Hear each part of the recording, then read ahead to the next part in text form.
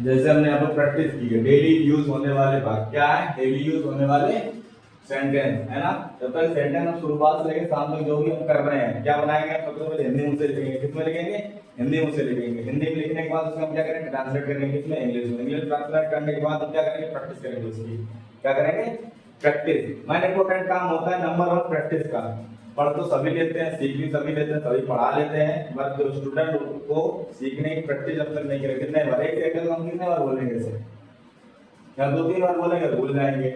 और हिंदी बोलने की जब तक भाषा क्या होती है, भाषा सीखने के लिए हमको क्या करना पड़ता है, उसे यूज में लाना पड़ता है। जब तक हम कोई चीज यूज में नहीं लाएंगे तब तक हम समझ में नहीं लाए, बिल्कुल आएगा नहीं समझ में, क्या हमने पढ़ा क्या नहीं सुना। अब तक एक सेंटेंस को हम कितने बार समझेंगे, जब मीनिंग हो गई यहाँ पे, कोई यहाँ पे मीनिंग ले लो, यहाँ पे बैकअप है ना, मीनिंग है। जब तक हम मीनिंग को बार बार हम सुनेंगे नहीं तब तक हमको समझ नहीं आएगा क्या हमने पढ़ा क्या नहीं सुना, है ना। मैंने कहा बैकअप, बैकअप माने क्या होता है ना, बैकअप माने क्या होता है, टेक माने क्या होता है, टेक के बहुत सारे मीनिंग होते हैं, जो स्टेप बाय स्टेप बनाएंगे ना। टेक माने लेना भी होता है, टेक माने पीना भी होता है, और टेक माने ब्रश करना भी होता है। बहुत सारी चीजें होंगी, जैसे ऑफिस हो गया, ऑफिस है ना, ऑफिस के लिए यहाँ पे word ready for office, to office, यहाँ टू भी आया है, यहाँ पे टू भी यूज होता है और फॉर भी यूज होगा। अब कब यूज होगा, वो सेंटेंस में थोड़ी बात होगा उसमें। यहाँ पर लिखा मैं स्कूल जाता हूँ, क्या लिखा, मैं स्कूल जाता हूँ, क्या होगा, आई गो टू द स्कूल। यहाँ पर हूँ की मीनिंग क्यों नहीं आई यहाँ पे, तो क्या कहोगे, हूँ की मीनिंग क्यों नहीं आई है।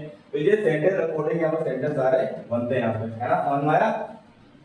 जैसे यहाँ पर देख सकते हैं डेली यूज होने वाले वर्ड कौन से हैं, डेली यूज होने वाले वाक्य है। तो डेली यूज क्या होते हैं, सुबह 5 बजे उठता हूँ, सबसे पहले इंट्रोडक्शन में क्या होगा, आई वेक अप एट 5 o'clock, है ना। Thereafter I sit on the bed, कुछ देर में बेड पे बैठता हूँ, सुबह 5 बजे उठता हूँ। Thereafter I get down from bed, मैं अपने गेट से उतरता हूँ। Thereafter I put the slippers, क्या पहनता हूँ मैं चप्पलें पहनता हूँ। Thereafter I go to the bathroom, उसके बाद बाथरूम जाता हूँ। After bathroom I come out the room, मैं बाथरूम के बाद कहाँ आता हूँ, रूम में वापस आता हूँ। And take out the towel, क्या करता हूँ, टॉवल उठाता हूँ। And go to the bathroom for bathing, मैं क्या करने जाता हूँ, मैं बाथरूम द्वारा जाता हूँ, क्या करने के लिए, नहाने के लिए जाता हूँ, है ना। After bathing I out of the bathroom and रब माय बॉडी विद टॉवल, क्या हो गया इसका मतलब, इसको समझिए होगा, नहाने के बाद रूम में वापस आया और क्या किया, टॉवल उठाया, क्या करने लगा, बॉडी को पोंछने लगा। After rubbing my body I take out the my cloth from अलमीरा, क्या किया मैंने, उसके बाद मैंने किया है टॉवल को रख दिया मैंने अलमीरा में से, क्या निकाले, कपड़े निकाले। And after take out the cloth and I put on the cloth, क्या करने लगा मैंने अपने अलमीरा में से क्या निकाले, कपड़े निकाले, क्या करने के लिए, पहनने के लिए, उसके बाद पहन लिए मैंने, है ना।